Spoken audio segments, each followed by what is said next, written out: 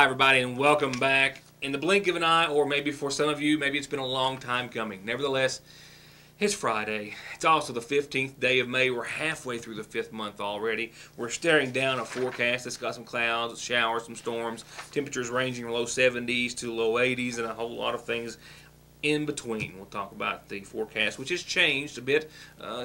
Conditions Sunday might not be quite as bad as they were looking 24 hours ago, but we'll tell you more about that and give you a full rundown of the forecast through this time next week. Local headlines tonight include, but are not limited to, a late-night ATV accident in McGoffin County. One man airlifted for traumatic injuries, and Eastern Kentucky death associated with a copper theft. A little update to pass along to you from the Kentucky State Police, and I've saved it the entire week, but I've got a nice note to go out on. Now, every facet of the story is not a nice or positive thing, but you can certainly draw a whole lot of inspiration from coverage that I'll have for you tonight as it pertains to the Great Strides Walk in McGoffin County this past Saturday.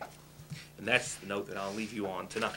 Before that, though, several other reports. I don't know when the hemorrhaging will stop or if it ever will, but more layoffs in the coal industry in eastern Kentucky, and actually these layoffs also affect the southwestern part of West Virginia as well. This from Alpha Natural Resources. Nearly 75 miners and some contract employees have all been notified that their jobs are all but gone. 17 employees at the number 9 Enterprise Mine in Knott County, as well as the Enterprise Mining Roxana prep plant in Letcher County. Nearly 3 dozen miners at the Tiller number 1 mine in Virginia, and nearly 19 to 20 miners at Mill Branch in Wise County, Virginia, and then North Fork Mine in Letcher County, we are told. According to Alpha Natural Resources, the layoffs are a result of market changes which left the coal mines just unsustainable, as has been a common thread for a lot of similar layoffs that we sadly continue to hear about. We're also saddened to hear tonight of a logging accident that took place in eastern Kentucky earlier today. We do know now at this hour that the deceased is a West Virginia man who died in a logging accident at the Louisa Log Yard. It sits adjacent to US 23 in Lawrence County, where the emergency management director there has officially reported that this was the driver of the log truck that was killed. From what we understand, he was out of the truck. We do believe a log came off the truck and struck him as it was being unloaded alongside US 23. Now, while local law enforcement and OSHA are on scene and investigating, meanwhile the coroner has identified the deceased and the victim as 50-year-old Thomas Dickerson from Cashville, West Virginia. That's all we know at this hour. Here's what I know at this hour as it pertains to an ATV accident late last night in McGoffin County on an old strip job road in the McGoffin County area, where 2 men, I believe, were involved, but one seriously injured to the point that he was life-flighted to a trauma center. Details are limited at this hour, but I know that last night around the 11 o'clock hour, in the head of the half mountain area of McGoffin County, on an old strip job road about a half mile or so off of the main road, 2 men were injured in an ATV accident, and one was identified as Jamie Perkins. I do not know if he was the operator or passenger or anything about how the accident happened, but I do know that 911 alerted the rescue squad in McGoffin County and other EMS personnel to the area. They had to use 4-wheel drives and ATVs to reach the site, and after there ascertained that a traumatic injury to Perkins's leg is possible, as well as other possible injuries, would result in the need for a life flight. Kentucky 9 from Martin County then landed in the established landing zone, assisted by the District 3 Fire Department, and transported him to a trauma center. 2 cousins, one dead, one jailed in an attempted copper theft in Martin County, where the Sheriff's Department there is reporting that one of the 2 men came into contact with a power line that was charged with more than 70,000 volts. The deceased has been identified by authorities as 45-year-old Charlie Walker Jude. Meanwhile, his cousin, 27-year-old Stephen Jude, has been arrested. He was lodged in the Big Sandy Regional Detention Center on charges of burglary in the 2nd degree, criminal mischief in the 1st, possession of burglary tools, and trespassing in the 2nd degree, as the 2 were said to have been trying to steal metal brackets and copper from an idled coal mine in Martin County. It was sometime in the late afternoon hours, around 4 o'clock, when the electrocution happened in the Pontiki No. 2 mine area. From what we understand, the deceased had made its way up maybe 35 feet or more up a tower at a substation, and at some point he reached and grabbed the electrical line, which was charged with, once again, more than 70,000 volts. The voltage was enough to cause, of course, death as well as serious burns to much of his body. The two told authorities, Steve and Jude told authorities that the two believed that, being an idle mine, there would have been no functional electricity or service to the facility. Steve and Jude, at last report, was still in the Big Sandy Regional Detention Center while arrangements are being made for his cousin, Charlie Walker Jude. To get high-speed internet on their state-of-the-art fiber optic network for all of your home and business solutions, or to watch TV without a contract on over 200 digital channels with superb quality, or stay connected with family and friends with 24/7 telephone service you can always depend on, contact Foothills Broadband today. Or just click on their link to the right to find out how they're working to provide the latest in communications at affordable prices with exceptional service at Foothills Broadband. Hey guys, Jason Weffenstedt, sales manager at the all-new Hutch Chrysler Dodge Jeep Ram in Paintsville, Kentucky. Where, as you can tell behind me, we're just weeks away from opening our brand new dealership, and we want to invite everybody down to take a test drive and be entered to win a free vacation package from Hutch Chrysler Dodge Jeep Ram in Paintsville, Kentucky. They're only weeks away from their grand opening, but they're open for business today, so come in and get entered for a vacation package to be given away at the brand new Hutch Chrysler Dodge Jeep Ram in Paintsville. 297-5066. I've got a top story this evening that I'm holding till the very last, because it's still rendering and because I'm going to go out on a good note. And indeed, there's a lot of inspiration to draw from this very story. So let's cover some other ground before we get there, including this announcement on behalf of the Kentucky State Police, where they're at it again, and this year they're at it with a really nice four-wheel drive. In observance of the upcoming 50th anniversary of Trooper Island, the Kentucky State Police is featuring a really nice, stylish, brand new 2015 GMC Sierra. Now this is a 1500 crew cab. It is an SLE, and it is their fundraising event for their annual raffle. Designed for work or play, you're going to find all sorts of excuses to want to win and drive this truck. The gorgeous Sonoma red paint is just the start. It's 4 doors, loaded up with all the options, big motor, automatic, four-wheel drive. You can kind of get the drift. Now, tickets to take a chance to win this truck are just $10 each. All you have to do is to contact any Kentucky State Police trooper, commercial vehicle enforcement officer, or any of the 16 Kentucky State Police posts throughout Kentucky. Now, tickets are also available online by debit or credit card payments at trooperisland.org. Now, the good thing is they only sell 20,000 tickets. As far as good thing for you, that means you've got some pretty good odds of winning. The winning ticket will be drawn, as it is annually, at the Kentucky State Fair this year on August the 30th, and you don't have to be present to win. Trooper Island is a free summer camp for underprivileged boys and girls aged 10, 11, or 12, operated by the Kentucky State Police on Dale Hollow Lake in Clinton County. It's financed entirely and solely by donations. No public funds are used.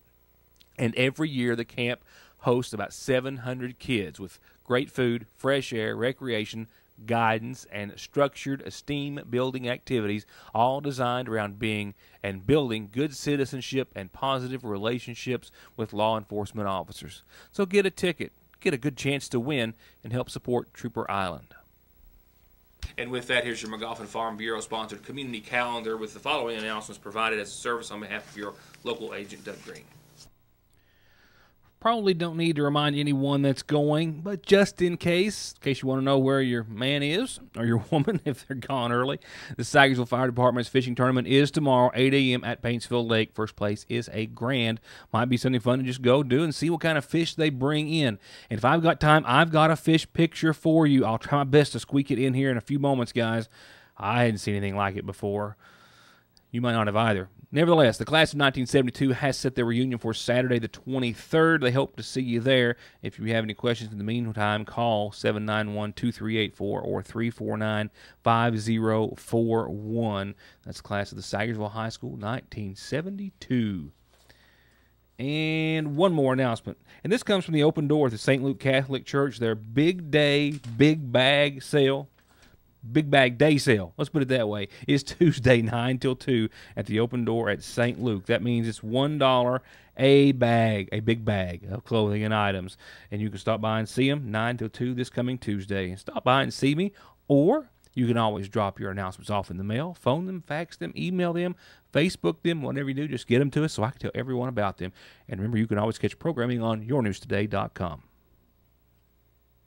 To get high-speed internet on their state-of-the-art fiber optic network for all of your home and business solutions, or to watch TV without a contract on over 200 digital channels with superb quality, or stay connected with family and friends with 24/7 telephone service you can always depend on, contact Foothills Broadband today. Or just click on their link to the right to find out how they're working to provide the latest in communications at affordable prices with exceptional service at Foothills Broadband. We're going to wrap it up a little bit out of sorts this evening, as we're going to skip to your Licking Valley RECC forecast and then come back and go out on the following note. Our top story this evening will be coverage of the Great Strides Walk this past weekend here in Magoffin County. Another day in the upper 80s, which is where I still am if you're catching the early show. Nice out there. Just nice. As was expected. As we are expecting, well, no, a little nicer than what we did expect. We were expecting a little more shower activity possibly, and we'll still see a chance of some isolated storms tonight to the tune of about 20% and some more clouds and a low of 63. For your weekend, there has been a change-up thrown our way. We'll start off Saturday, I think, with showers and thunderstorms likely, especially after 1 o'clock, mostly cloudy. 78 degrees is a pretty decent bet temperature-wise. Southwest winds 3 to 5 miles per hour, with the exception of those thunderstorms that may kick up. It's not going to be a big, full-blown stormy day start to finish, but at some point you could very well get in on the action and maybe even pick up a quarter of an inch of rain, except for some of those isolated areas. Sunday, not quite so much. I mean, we still have a 50% chance of showers and storms. It was looking quite likely, even more so than that 24 hours ago, so you might get a chance to get out and take a little fresh air in on Sunday. You might have to dodge a storm or two to do it, or a stray shower, but nevertheless, the chances are better. Monday, we'll get back to a really good shot. Showers and thunderstorms are likely again, mostly cloudy again, and temperatures still hanging on to the low 80s. That chance of or threat of showers and thunderstorms rides on out through Monday night. Tuesday, I think by early Tuesday morning, mid-afternoon, a 20% chance of showers at most, lingering. Otherwise, partly sunny and 76 with a low of 51. Wednesday, we'll see more sunshine and another cool off, so I say chill down, regardless, close to where we are supposed to be. We're talking about low to mid-70s throughout many days of next week. 71 on Wednesday, 70 on Thursday, 73 on Friday, with sunshine and calm conditions thereafter. So a bumpy ride on and off between now and Monday night, but thereafter we'll start to clear up, cool off, and really be in for some of that nice weather that we all like so dear. I don't think I need to go into a whole lot of backstory with the following report, because it's one that we've been following for quite some time now. That all began with a bright-eyed little boy by the name of Dalton Dingus, who came into all of our hearts and thousands of others around the world. And it's also one that has brought us to know quite well Tracy Watson, who has shared with us her fight with cystic fibrosis and how just months ago it was literally a fight for every breath she took, and how every step she took would leave her breathless. But with the grace of God and that of a donor with a new set of lungs, she has had an amazing turnaround. And that was certainly evident at the 3rd annual Great Strides Walk here in Magoffin County this past weekend.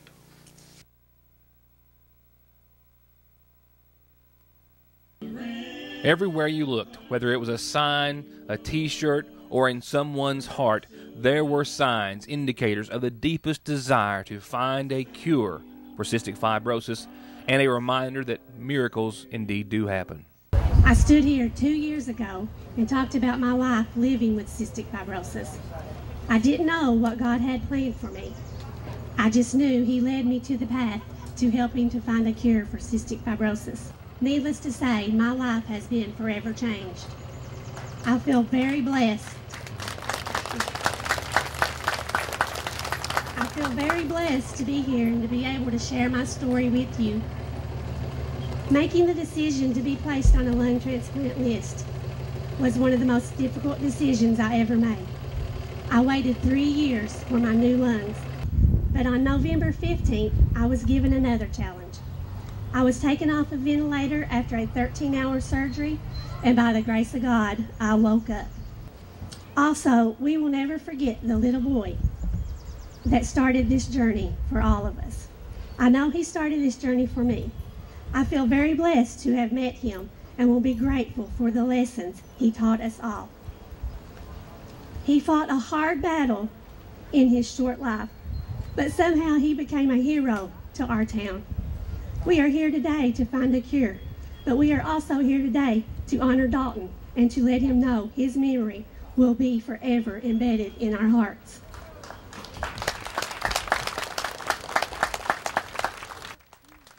And it's that most cherished memory of a little boy and a little boy's wish to get Christmas cards that will carry us on as it carries Tracy in the fight to find a cure for cystic fibrosis, which affects more perhaps people, young and not so young, than we may realize.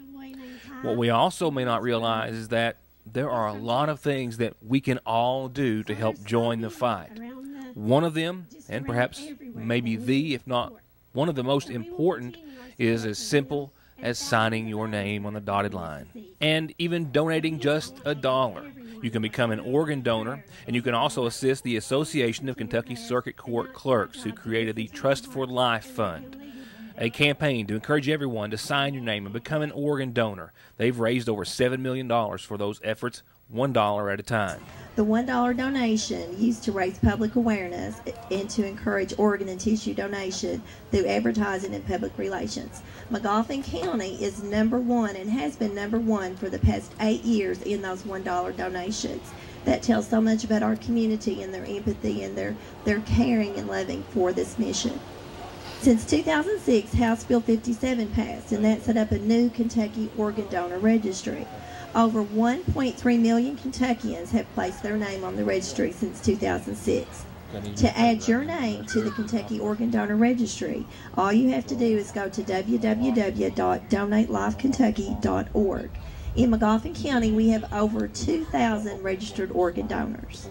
Nearly 1,000 Kentuckians are right now on waiting lists for life-saving organs. Some of these patients will die waiting. Hundreds more are waiting for life-enhancing cornea and tissue transplants.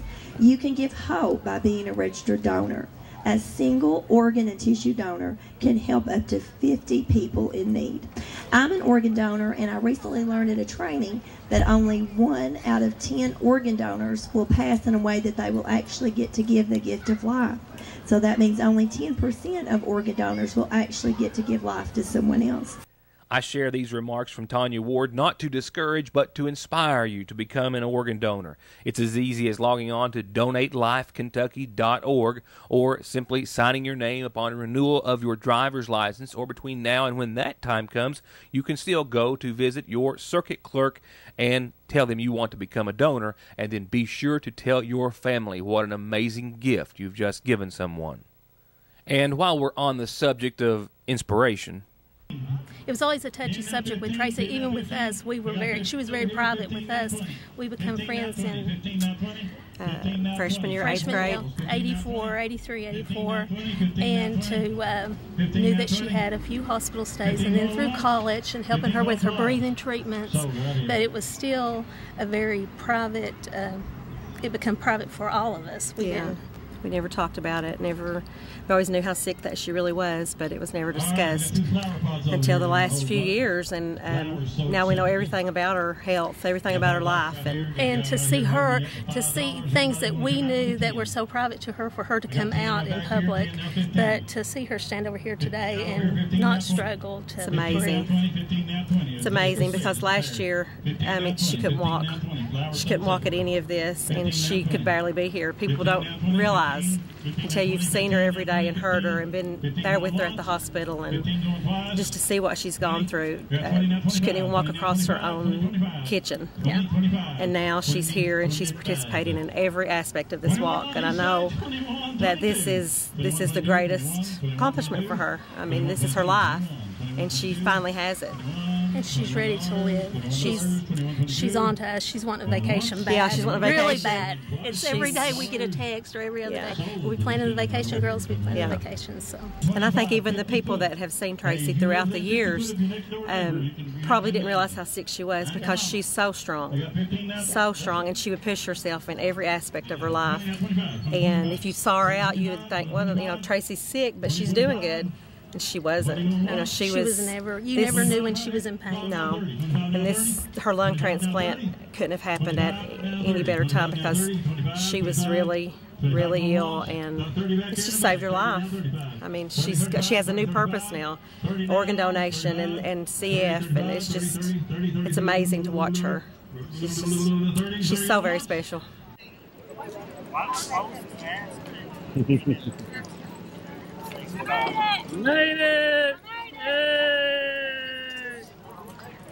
And I can't think of any other way to try to top that, so I won't.